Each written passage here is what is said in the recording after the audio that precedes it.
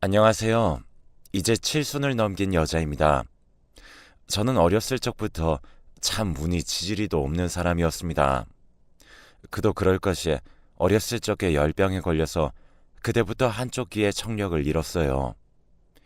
거기에다 태어날 때부터 왼손 약지 손가락 한마디가 없어서 어느 한 군데 성치 않은 사람이었죠. 이런 제가 부모님도 불길했던 건지 제 기억이 시작되는 장소는 제가 버려진 고아원이었습니다. 어렸을 적부터 참 놀림도 많이 당할 수밖에 없었어요. 귀도 한쪽 안 들리는 데다 손가락도 성치 않고 거기에다 부모님까지 없는 애라고 소문이 학교에 나버리니 저랑 가까이 하려는 친구도 없었죠. 똑같이 부모가 없는 고아원에서마저 저에게 가까이 오려는 친구는 없었습니다. 원장님이 그래도 저를 많이 예뻐해 주셔서 매번 저를 괴롭히는 친구들에게서 저를 보호해 주셔서 덕분에 성인이 될 때까지 잘 클 수 있었습니다. 성인이 돼서 고아원을 나가야 할 때가 되자 원장님이 먼저 저에게 계속 이곳에 남아서 어린 아이들을 함께 돌봐줄 생각은 없냐고 물어봐 주셨어요. 저도 밖에 나가서 공장 일이나 할 바에는 여기서 아이들을 돌봐주는 게 훨씬 더 나을 것 같다는 생각에 감사히 제안을 받아들였습니다. 가끔씩 철없는 아이들이 제 손가락과 귀를 가지고 비아냥거리며 못된 말들을 해서 상처를 받을 때도 있었지만 그래도 저보다 훨씬 어린 아이들이고 밖에서 그런 말을 듣는 것보다는 차라리 참을만 했어요. 다행히 아이들은 그렇게 나쁜 아이들이 아니어서 제가 시무룩해지면 금세 다가와서는 제 손을 슬며시 잡고서는 눈도 못 마주친 채로 미안하다고 속삭이고는 쏜살같이 도망갔었거든요. 그런 모습들을 보니 미워할 수가 없더라고요. 저는 이런 일상만으로도 충분히 만족하며 잘 살고 있었고 평생 더 바랄 것이 없겠다 싶었어요. 겉으로 멀쩡한 곳이 없는 만큼 더 많이 배우고 지혜롭게 살기 위해서 책도 많이 읽고 성당도 다니면서 속만큼은 가득 찬 사람이 되자고 생각했었습니다. 그런데 주말이면 나가던 성당에서 남편을 만났어요. 남편은 성당에 고장난 가전제품들을 고치러 가끔씩 들렸었고 저는 처음에는 그런 남편에게 관심이 없었지만 남편이 오히려 먼저 저에게 말을 걸어왔습니다. 처음에는 놀랐지만 남편과 성당에서 마주칠 때마다 자연스럽게 이야기도 나누었고 생각보다 꽤 괜찮은 사람처럼 느껴졌습니다. 그러다 남편은 이제 일을 하러 말고도 주말이면 성당에 나와 함께 미사도 드리는 일도 잦아졌습니다. 그러다가 남편이 먼저 저에게 연애를 하자며 고백해왔고 제 인생에는 없을 것 같던 연애를 시작하게 되었습니다. 남편은 연애를 하면서도 늘 저를 먼저 위해주는 사람이었습니다. 원장님도 제가 연애를 하는 걸 보시더니 한시름 놓았다며 함께 좋아해 주셨습니다. 그러다 남편은 6개월 만에 저에게 결혼을 하자고 청혼을 했습니다. 하지만 아직 만난 지 1년도 되지 않은 사람에다 제가 결혼을 할 수 있을 거라고는 살면서 한 번도 생각해 본 적이 없어서 조금 당황스러웠어요. 남편은 제가 고민하는 모습을 보더니 자기는 얼마든지 기다릴 수 있다며 천천히 생각해보고 대답해달라고 하며 역시 저를 먼저 배려해 주었습니다. 그래서 저도 한 달을 고민하다가 결국에 승낙을 하였습니다. 하지만 시부모님이 되실 분들은 저를 탐탁지 않아 하셨어요. 저도 당연히 그럴 수 있다고 생각은 했지만 그래도 움츠러드는 건 어쩔 수 없었습니다. 시부모님이 저를 깎아내리려고 할 때마다 남편이 나서서 막아준 덕분에 결혼식도 조촐하게 올리는 것으로 하고 본격적으로 결혼 생활을 할 수 있었습니다. 결혼을 하고 나니 오히려 어머니는 저에게 친절하게 해주시면서 이제 가족이니까 이 정도는 해줄 수 있지? 라는 말을 입에 달고 사셨어요. 저는 마냥 어머님이 웃으시면서 가족이라는 말을 해주시니 기분이 좋아져서 네네 하면서 뭐든 어머님의 말대로 따랐습니다. 그런데 어머님이 가족이니까 이 정도는 이해해 줄 수 있지 않냐며 데려온 두 아이는 조금 충격적이었습니다. 남편의 퇴근을 기다리고 있었던 어느 날이었어요. 퇴근 후 문을 열고 들어온 남편의 다리 뒤에 숨어있는 4개의 눈망울이 저를 빼꼼 쳐다볼 때 저는 어안이 벙벙해서 남편에게 물었습니다. 이 아이들은 누구예요? 그러자 남편은 의연하게 자기 친자식들이라고 소개했습니다. 그러면서 뒤에 숨어 있는 남자아이와 여자아이의 손을 이끌며 제 바로 앞에 기어코 세우더니 이제 너희들의 엄마라며 소개하는 꼴을 보니 숨이 턱하고 막혔습니다. 아이들은 쭈뼛거리며 개미가 기어가는 목소리로 안녕하세요를 간신히 뱉었습니다. 그러자 남편과 시어머니는 목소리를 그렇게 작게 해서 되겠냐며 아이들을 다그쳤습니다. 그 모습을 보니 고아원에서의 제 모습과 제가 돌봐주던 아이들의 모습이 떠올랐습니다.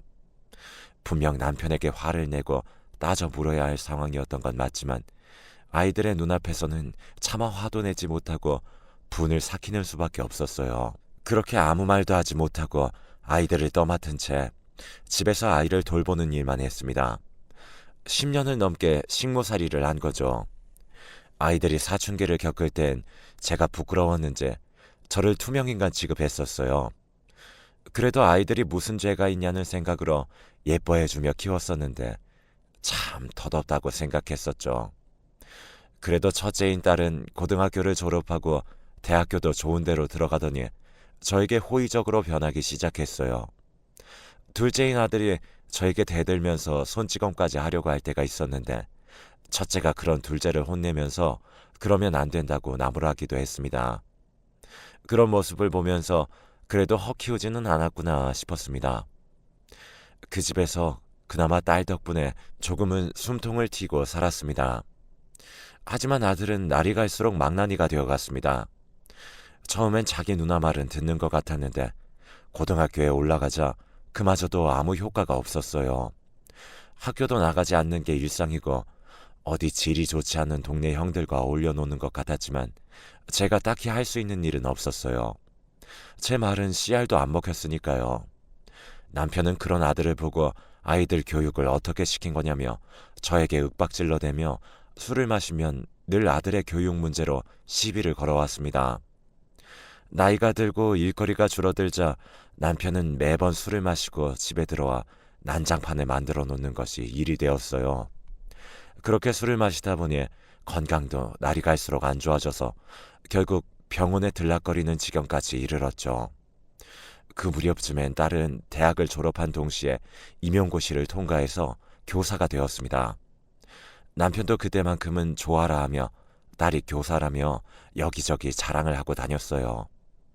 하지만 남편의 몸은 이미 상할 대로 상해버려서 이미 간이식이 아니면 살 수 없다는 이야기를 병원으로부터 전해들었습니다. 어떻게 보면 예정된 결과였습니다.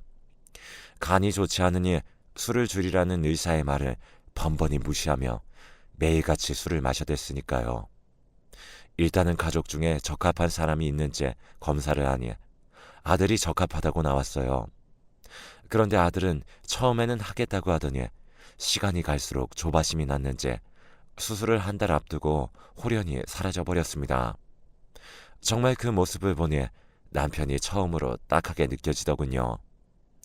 한 달 동안 열심히 아들을 찾아다녔지만 결국엔 아들을 찾지 못했고 남편은 뇌사자의 간이식을 기다리다 결국엔 세상을 떠났습니다.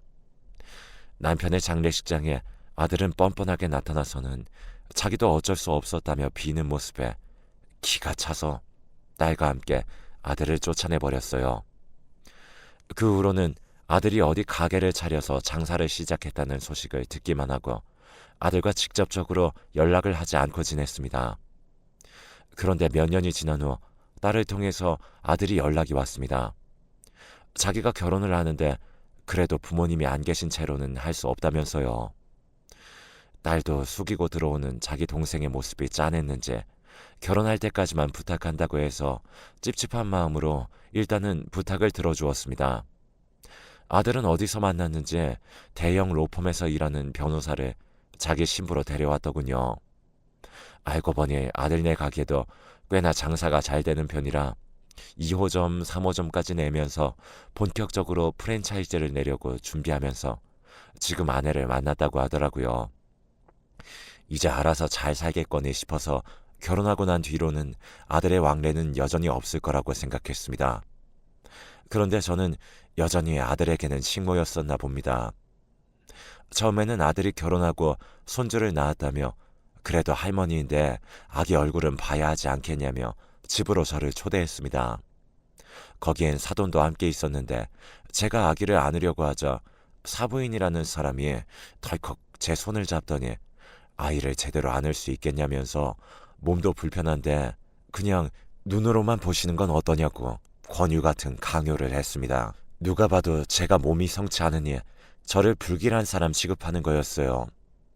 제가 손 하나가 없는 것도 아니고 고작 손가락 한 마디 없는 수준인데 그런 취급을 받으니 기분이 상하긴 했지만 일단은 참을 수밖에 없었습니다. 그 후로도 아기를 보러 오라며 자기 집으로 점점 끌어들이더니 그냥 집을 합치는 건 어떠냐며 먼저 물어보더군요. 제가 마땅한 수입도 없던 터라 나라에서 주는 지원금에다 딸이 주는 용돈으로 살고 있어서 매번 딸에게 미안하기도 했고 그래서 어쩔 수 없이 아들과 살림을 합치기로 했습니다. 하지만 제가 너무 안일했던 것인지 그때부터 인생이 꼬일 대로 꼬였습니다. 처음에는 아기에게는 손도 못 대게 하고 아기를 돌봐야 한다는 핑계로 저에게 이것저것 집안일을 시키더니 날이 갈수록 며느리도 어머님이 이것 좀 해주세요 해서 아직도 안 치우고 뭐 했냐면서 저를 식충이 취급을 하기 이르렀습니다. 처음에는 딸에게 연락해서 하소연도 해보고 그러면 딸이 와서 며느리와 아들에게 쓴소리도 하고 갔었지만 몇 번을 반복하다 보니 딸도 점점 지치는 게 보이고 아들도 뭐만 하면 누나한테 또 일러보라면서 비꼬면서 말을 하는 것을 듣다 보니 신물이 절로 올라왔습니다. 그래서 그냥 제 팔자가 이런가 보다 하고 그냥 포기하고 살기로 했습니다. 그런데 한 번은 도저히 참을 수 없어 집을 뛰쳐나오게 만든 사건이 있었습니다. 아기가 돌잔치를 하고 아들네와 잘 아는 사람들 몇몇을 집에 불러 뒤풀이를 하는데 여느 때처럼 저는 앉지도 못하고 쉼없이 정리하고 설거지하고 음식을 내와야 했습니다. 그런데 그 손님 중에 한 분이 음식을 내려놓는 제 손을 보더니 손이 이상하다며 제 손을 확 낚아챘습니다. 하필 또 제가 왼쪽 귀가 안 들리는데 오른쪽에서 말을 하길래 무슨 이야기를 하는 건가 싶어서 그나마 잘 들리는 오른쪽 귀를 가져다 대니 제 귀에 있는 보청기를 보고선 귀도 안 들리는 사람이었냐며 장애가 있으신 분이 이렇게 일도 하시는 게 대단하다며 저를 칭찬을 하더라고요. 그러자 며느리는 얼굴색 하나 안 변하고 웃으면서 제가 어머니라고 밝히지도 않고 그냥 일하러 오는 사람이라며 사람들에게 저를 소개시켰습니다. 어이가 없어서 그 자리에서 버럭 화를 내질렀어요. 내가 아무리 식모처럼 살아왔다고 해도 이건 아니지. 내가 친자식도 아닌 애를 어떤 심정으로 키웠는데 어떻게 이런 취급을 할 수가 있어? 엄마 취급은 바라지도 않는다. 그래도 최소한 식모 취급은 말아야지. 넌 친아버지한테도 간이식 해주기 싫어서 도망쳐서 아빠를 사지로 몰고 간 놈이니 이제 나도 한번 숨 막혀 죽이려고 그러는 거야? 그러자 아들과 며느리는 제가 친엄마가 아니라는 이야기에 손님들은 제 아들의 엄마였다는 이야기에 다들 두 눈을 동그랗게 뜨고 저를 쳐다본 채로 그대로 얼어붙어 버렸습니다. 이미 화가 머리끝까지 난 저는 그대로 앞치마며 다 벗어던지고 제 짐을 챙겨 무작정 집을 나왔습니다. 하지만 막상 나오니 제가 친구가 있나요? 부모님이 계신가요? 아무도 없으니 막상 기댈 곳이라곤 또 딸밖에 없어 딸에게 연락을 했습니다. 딸은 제 울음 섞인 목소리를 듣더니 곧장 저에게 달려와 자기 집으로 저를 데려갔습니다. 딸의 집에 도착해서 저는 그동안의 일과 사실은 제가 친엄마가 아니라는 사실도 모두 털어놓았습니다. 그러자 딸은 자기는 사실 다 기억하고 있었다면서 초등학교에 들어가기 직전이라 어느 정도 눈치도 있었고 마냥 어린 나이는 아니었기 때문에 동생은 몰라도 자기는 저를 처음 만난 날을 기억하고 있었다면서요. 자기가 클수록 깨달았다고 해요.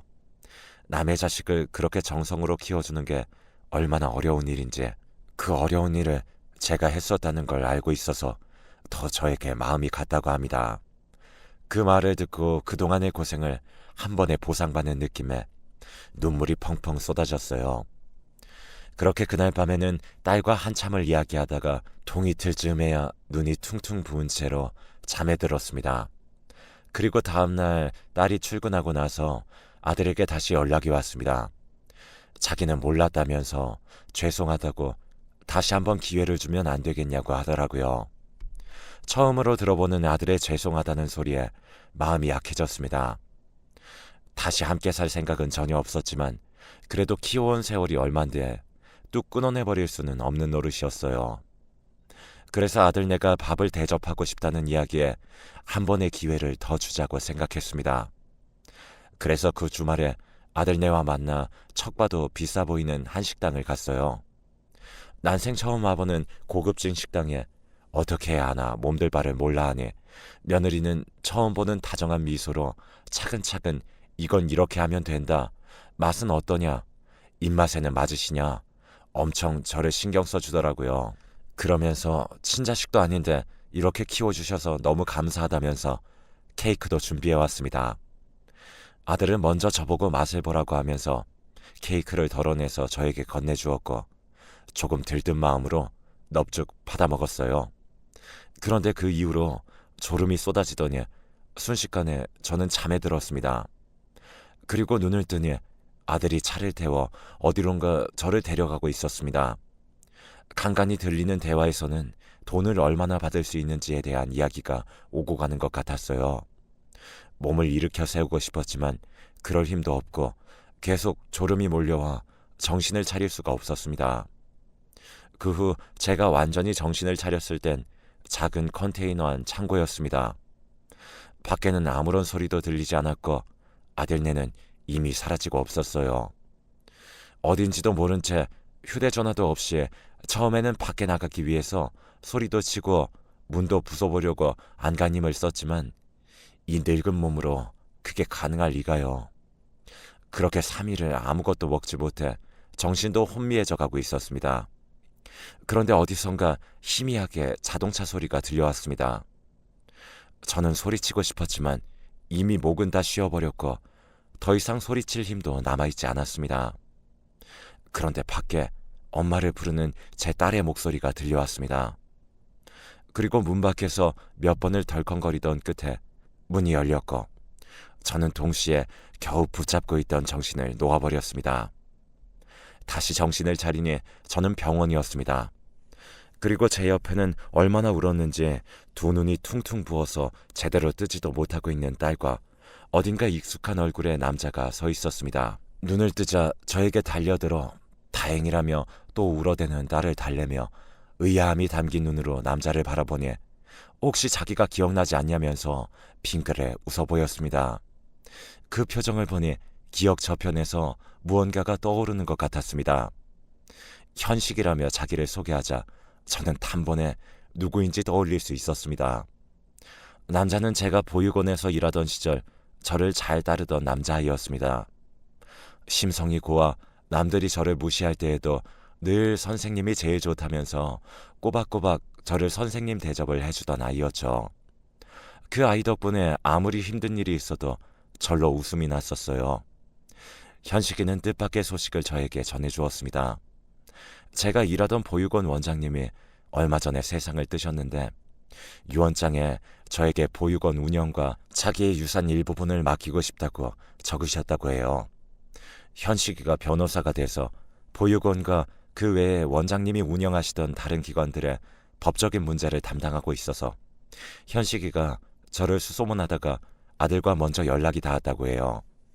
그래서 아들에게 이러이러한 일이 있어서 저를 만나고 싶다고 하니 아들이 지금까지 자기가 모셨으니 저를 가지고 한몫 잡으려고 일단 저를 가둬놓고 현식이에게 자기는 얼마를 받을 수 있냐면서 거래를 하자는 식으로 이야기했더군요. 아들의 태도에 현식이가 직접 저에게 연락을 하려고 겨우 제 전화번호를 알아냈지만 그때는 이미 전 휴대폰도 없으니 연락을 받을 수도 없었죠. 다행히 딸이 그 소식을 듣고 아들의 차를 몰래 열어서 블랙박스를 뒤져서 저를 데리고 어디로 갔는지 알아냈다고 해요. 아들도 며느리도 참 멍청하게 굴었던 거죠. 돈에 눈이 멀어 일을 저지르고 뒷일은 생각도 못한 것이었습니다. 다행히 3일 만에 저를 찾아내서 저는 건강에는 큰 문제가 없었고 보육원을 맞는 건 잠시 생각해 보기로 했어요.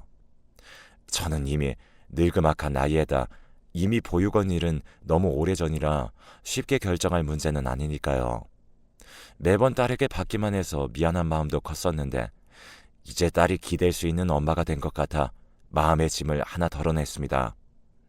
그리고 아들과 며느리가 저를 감금했던 문제들도 딸이 블랙박스 영상을 가지고 있고 현식이가 발벗고 나서서 법적으로 고소를 해주어서 지금 아들네와 사돈댁은 난리가 났다고 들었어요. 심지어 며느리는 변호사직이나 돼서 그런 짓을 했으니 이제 다시는 변호사든 뭐든 할 수 없겠죠. 아들네 가게도 그 전에 집에 왔던 손님들이 아무래도 아들에게 실망을 단단히 한 건지 그 이후로 지인들 발걸음도 뚝 끊기고 이리저리 소문이 나서 크게 고생을 하고 있다고 하네요. 이제 프랜차이즈화 하는 건 물 건너갔다고 하더라고요. 앞으로 아들이 가게를 새롭게 열더라도 끝까지 아들네가 한 짓은 꼬리표처럼 따라붙게 할 생각입니다. 결국엔 몹쓸 짓을 하면 다 자기에게로 돌아가는 게 맞는 것 같네요.